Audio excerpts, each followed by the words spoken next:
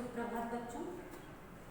तो हिंदी सेकंड की कक्षा में आपका पुनः स्वागत है। आज आप लोगों का हिंदी सेकंड में है पाठ 16वां, मेरी मास्को यात्रा।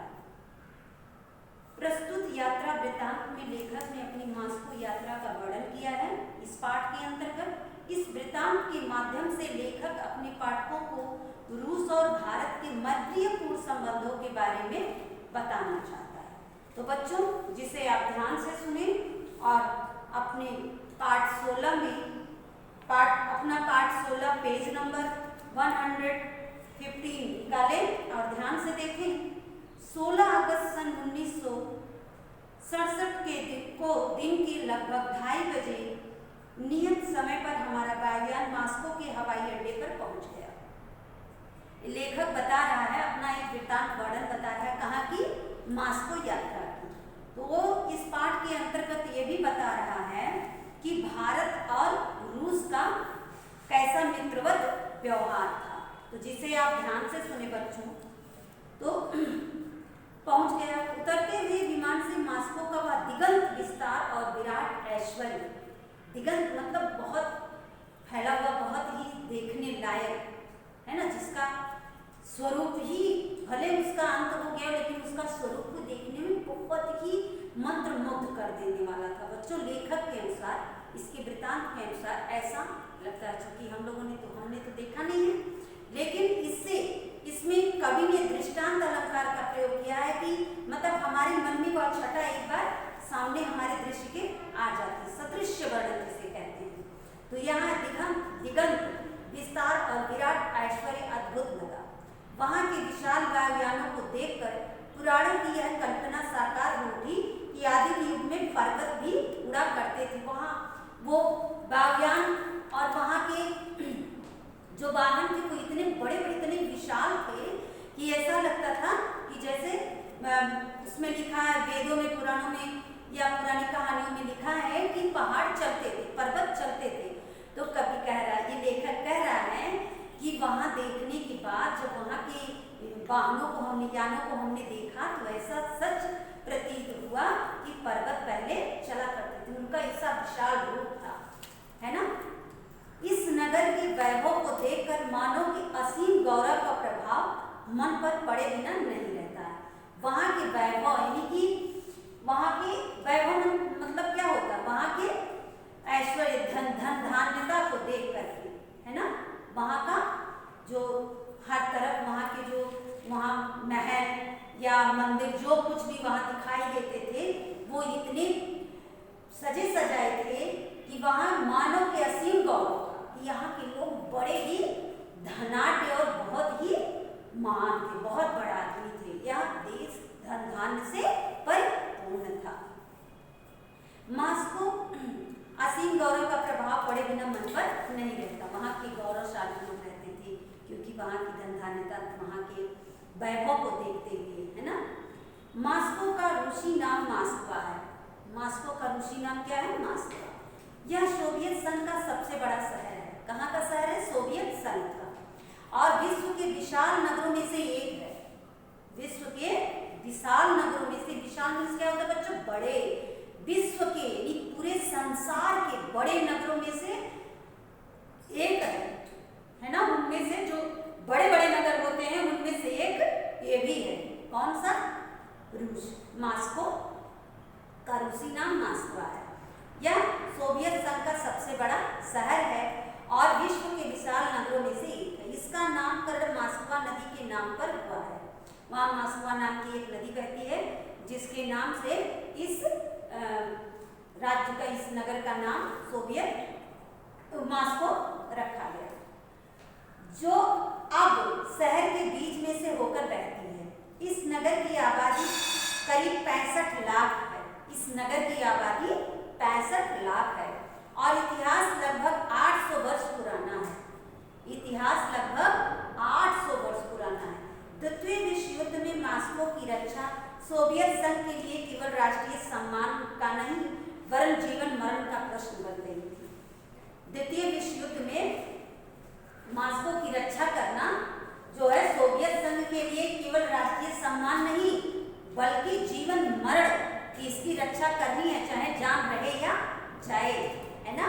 जैसे देखा होगा बच्चों कि आपकी झांसी की रानी ने अपनी झांसी के लिए कितने संघर्ष किए थे, है ना, कि जान रहे या जाए उसकी परवाह नहीं, लेकिन हमारी झांसी रहे। उसी तरह से इस सोवियत संघ के लिए जो है इस रूस की रक्षा करना, इस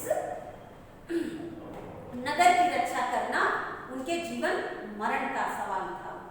उसके अस्तित्व की रक्षा करना उनके लिए बहुत ही कठिन था। इस रक्षा युद्ध में विजय प्राप्त करने के बाद मास्को को सबसे बड़ा राजकीय सम्मान मिला था। इस रक्षा युद्ध में यानी जीतने के बाद जो है मास्को को सबसे बड़ा राजकीय सम्मान मिला था। विमान से उतरते ही मैत्री संघ के सदस्यों ने हमारा स्वागत किया। लेखक कह रहा है कि जब हम लोग विमान से नीचे उतरे तो वहाँ मैत्री संघ के सदस्यों ने हम लोगों का स्वागत किया।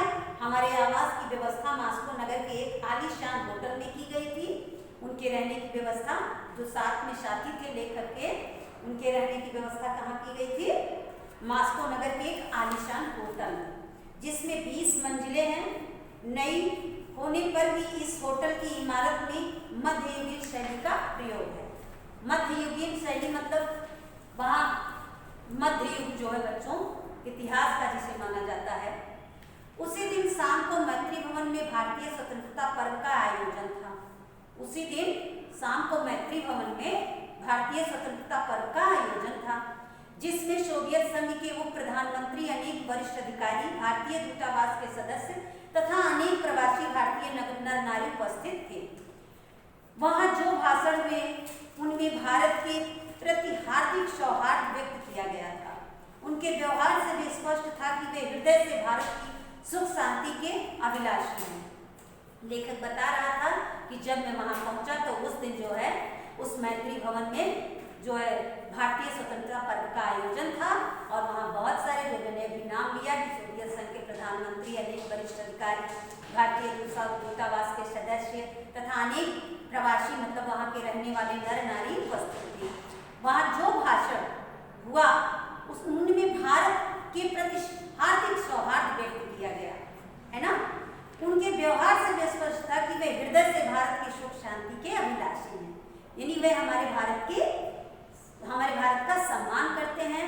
हमारे भारत के अभी भी उनके लिए उनके मन में हमारे भारत के प्रति श्रद्धा है, सहानुभूति है। अभिनंदन के उपरांत सांस्कृतिक कार्यक्रम का आयोजन था। वहाँ के संगीत को सुनकर लगता था मानो पर्वत कंदराओं में मेघों का गंभीर घोष प्रतिध्वनित हो रहा है। लेखक कह रहा है कि जब मैं वहाँ उस संगीत को सुन रहा था तो ऐसा प्रतीत हो रहा था। बता रहा था कैसा प्रतीत हो रहा था, मानो पर्वत कंदराओं में मेघों का गंभीर घोष, यानी कि जब बारिश होती है और जब वहाँ तो आवाज आती है तो ऐसा हो रहा है। इस कार्यक्रम में सबसे आकर्षक था पुतलियों का खेल। पुतलियों का खेल, रूस में पुतलियों का खेल विकसित कला का रूप ले चुका था। वहाँ जो है ये पुतलियाँ अपना विकसित रूप ले चुकी थी और लोगों को अपनी कलाकृतियों, अपनी कलाओं से लोगों को मंत्रमुग्ध करती थी और अपने हाव भाव से, अपने जो है स्वभाव से जो है अलग अलग चीज़ों को प्रस्तुत करती थी। जैसे राजा हरिश्चंद्र का नाटक हुआ और जो है कुछ ऐसे हुए तो ये तरह तरह की चीज़ें जो है स्टेज पर प्रदर्शित की जाती थी।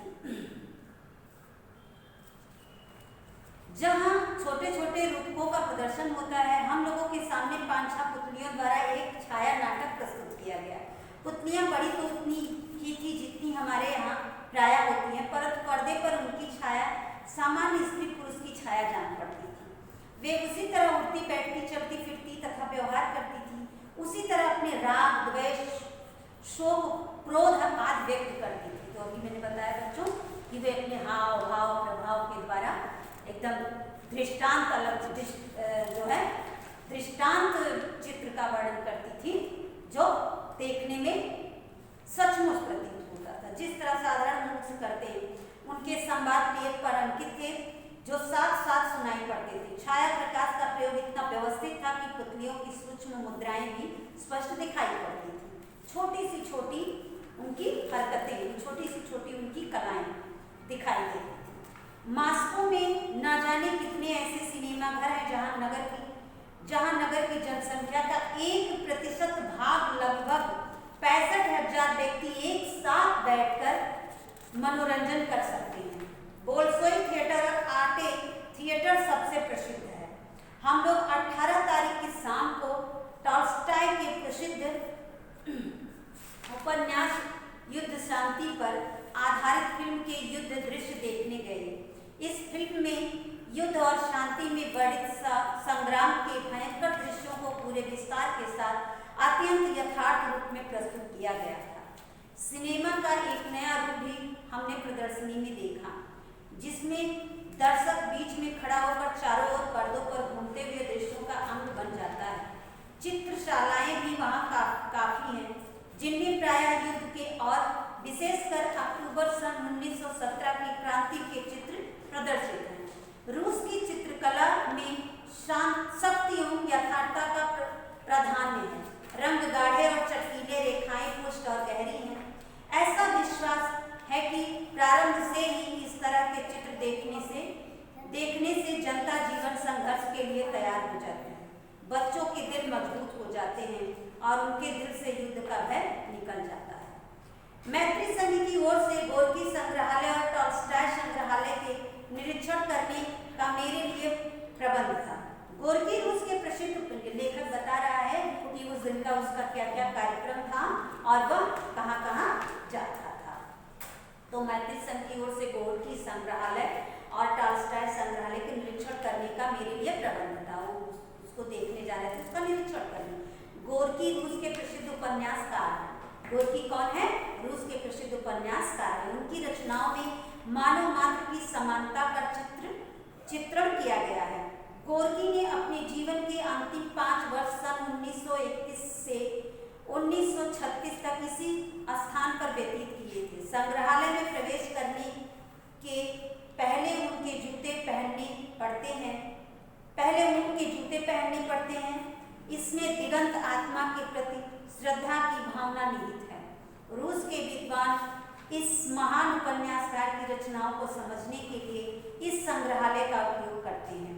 गोर्की के पुस्तकालय में लगभग 10,000 ग्रंथ हैं, जिनमें अनेक दुर्लभ ग्रंथों के प्रथम संस्करण हैं। उनके ग्रंथों की उपहार प्रतियां उपलब्ध हैं। तो बच्चों, कब लेखक ये बता रहा है, इस पाठ के अनुसार आपको बहुत सारी जानकारियां दे रहा है। तो यदि भविष्य में आपका भी मन करे तो यदि आप इस लायक बने पढ़ लिख करके अपने मन में एक लक्ष्य बना लें कि हमें भी वहाँ जाना है, और इनके कुछ जब बड़े बड़े ग्रंथ हैं, बहुत सारी चीजें हैं, तो वहाँ कुछ न कुछ चीजों को हम जरूर देखेंगे। ऐसा आप अपने मन में एक लक्ष्य बनाएं। टॉल्स्टॉय का मुख्य आवास संग्रहालय और याशनाया पोलियाना में है, जो मास्को से लगभग 200 किलोमीटर दूर है। वहाँ मैं ना जा सका, परंतु मास्को के टॉल्स्टॉय के लेखक कह रहा है कि मैं वहाँ तो नहीं जा सका था, लेकिन शीतकालीन आवास में स्थित संग्रहालय को मैंने देखा। शीतकालीन आवास में स्थित संग्रहालय को मैंने शीतकालीन आवास में वहाँ संग्रहालय जो बना हुआ है उसको उन्होंने देखा। यह आवास एक विशाल उद्यान में है। यहाँ एक और टॉल्स्टॉय के कुल की सामंतीय गरिमा और दूसरी ओर उनके व्यक्तिगत जीवन के सादगी का प्रभाव स्पष्ट रूप से दिखाई दे रहा था कि वहाँ के लोग कैसे रहते थे, उनके रहन सहन, उनके खान पान, मान सम्मान की सारी झलक दिखाई दे रही थी। काफी बड़ा आहार कक्ष की भोजन करने का, जो कीमती साज सामान से सुसज्जित था।